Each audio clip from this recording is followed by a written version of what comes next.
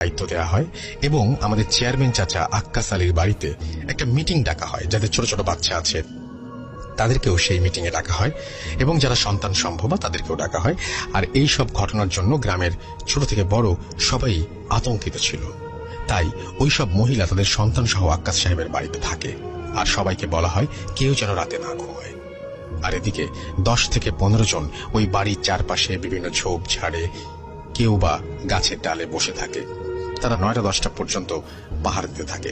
রাত যখন ঠিক 12টা 30 তখন কয়েকজন দেখে দূর থেকে কেউ মাজা বাঁকা করে আসছে, ঠিক ওই মহিলার মতো। তারা আগেই বলে রেখেছিল কেউ যদি কোকিলের ডাক দেয় তাহলে যেন সবাই সেটা লক্ষ্য করে। তখন তাদের মধ্যে একজন কোকিলের ডাক দেয়, তখন সবাই চলে আসে এবং সবাই একই জিনিস দেখে। তারা দেখে ওই বৃদ্ধাটি ওই বাড়িটির দিকে যাচ্ছে। হঠাৎ কেন যেন সবাই একসাথে একই ঘটনা দেখতে দেখতে ঘুমিয়ে পড়ে। তারা সবাই কেন যেন একসাথে ঘুমিয়ে যায় এবং কেন ঘুমিয়ে যায় এই ব্যাখ্যা পাওয়া যায়নি। আপনাদের কাছে কোনো ব্যাখ্যা থাকলে আপনারা বলবেন। হঠাৎ ওই বাড়ির সব মহিলা দেখে তাদের মধ্যে একজনের বাচ্চার উপর কেউ বসে আছে এবং তখন তারা চিৎকার শুরু করে এবং অবয়বটি চলে যায়। তখন তারা সবাই দেখে যে বাচ্চাটির কোনো ক্ষতি হয়নি। তারপর এসব ঘটনার পর অনেকে আমাদের এই গ্রাম থেকে অন্য গ্রামে বা অন্য জায়গায় চলে যায়। আর যাদের উপর দায়িত্ব ছিল যে 15 জন, তাদের উপর গ্রামের মোড়লরা খেপে যায়, বলে তোমরা থাকতে কিভাবে ওই বুড়িটি আবার বাচ্চার উপরে হামলা করে। তারপর 15 জনকে বলে আমাদের আর একদিনও সময় নষ্ট করা যাবে না, ওই বুড়িকে ধরতেই হবে। সেই দিন রাতে তারা আবার পাহারা দেয় চেয়ারম্যান সাহেবের বাড়ি। সেই রাতে তারা দেখে আগের দিনের মতো ওই বুড়িটা আবার চেয়ারম্যান সাহেবের বাড়ির দিকে আসছে। তখন তারা চারিদিক থেকে তাকে ঘিরে ফেলে। তখন সেই বুড়িটি একটা বিকট আওয়াজ করে হাওয়ায় মিলিয়ে যায়।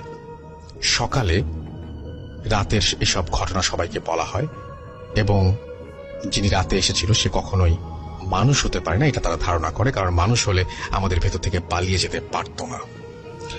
তখন গ্রামবাসী আবার একটা মিটিং ডাকে। এতে সিদ্ধান্ত হয় আবার কোনো হুজুরকে ডেকে এর সমাধান নিতে হবে, না হলে এই গ্রাম ত্যাগ করতে হবে। ঠিক তখনই একজন বয়স্ক ভিক্ষুকের মতো নোংরা পোশাক পরে আছে এমন একজন কেউ তাদের ওখানে আসেন।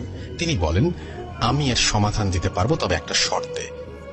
আমাকে একটি অল্প বয়স্ক মেয়ে দিতে হবে, যেই মেয়েটির শরীরে আমি তাকে হাজির করব।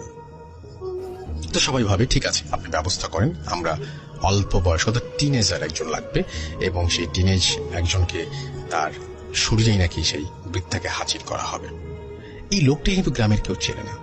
তখন সবাই খুঁজে আমার বাড়ি একটু 5 মিনিটের পথ একটা বাড়ি থেকে একটা মেয়ের মাঝে ওই লোকটি সেই বুড়ি মহিলাকে হাজির করে এবং লোকটি প্রশ্ন করে তিনি কেন গ্রামের বাচ্চাদের সাথে এমন জঘন্য অপরাধ করছে।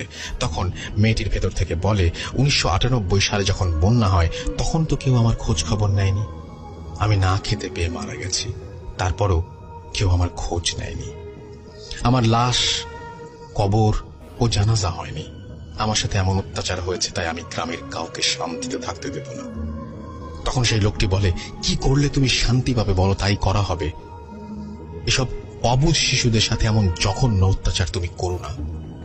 তখন সেই বৃদ্ধা মহিলাটি সেই যুবতীর কণ্ঠে বলে আমার লাশটি এখনো আমার বাড়ির ঘরে মাটি চাপা পড়ে আছে, লাশটি তুলে জানাজা পড়িয়ে কবর দিলেই আমি শান্তি পাবো। তখন